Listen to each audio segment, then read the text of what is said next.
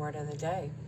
As always, if you enjoy learning new words, then don't forget to hit that like button, comment, subscribe, and turn on all notifications. Without further ado, let's get into it. Today's word is a noun, and it's gust. Gust. Gust refers to a sudden strong wind. It is also used figuratively for a sudden outburst of something, such as a feeling.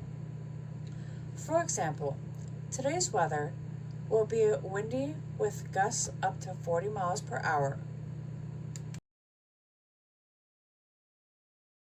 In a quote by Robert Gore Langton of the Mail on Sunday in London on December 8th, 2024 states, this subversive comedy is now a posh panto directed by Max Webster.